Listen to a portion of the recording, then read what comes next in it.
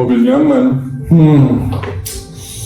Kalau yang dimaksud nyaman adalah sensasi setir yang bergoyang-goyang selama perjalanan, maka ya ini sangat nyaman dan tepat buat nyari bahaya.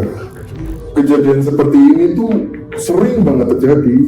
Begitu mesinnya dinyalain, awalnya ngerasa baik-baik aja, tapi ketika begitu mulai jalan, rasanya kayak terombang-ambing gitu.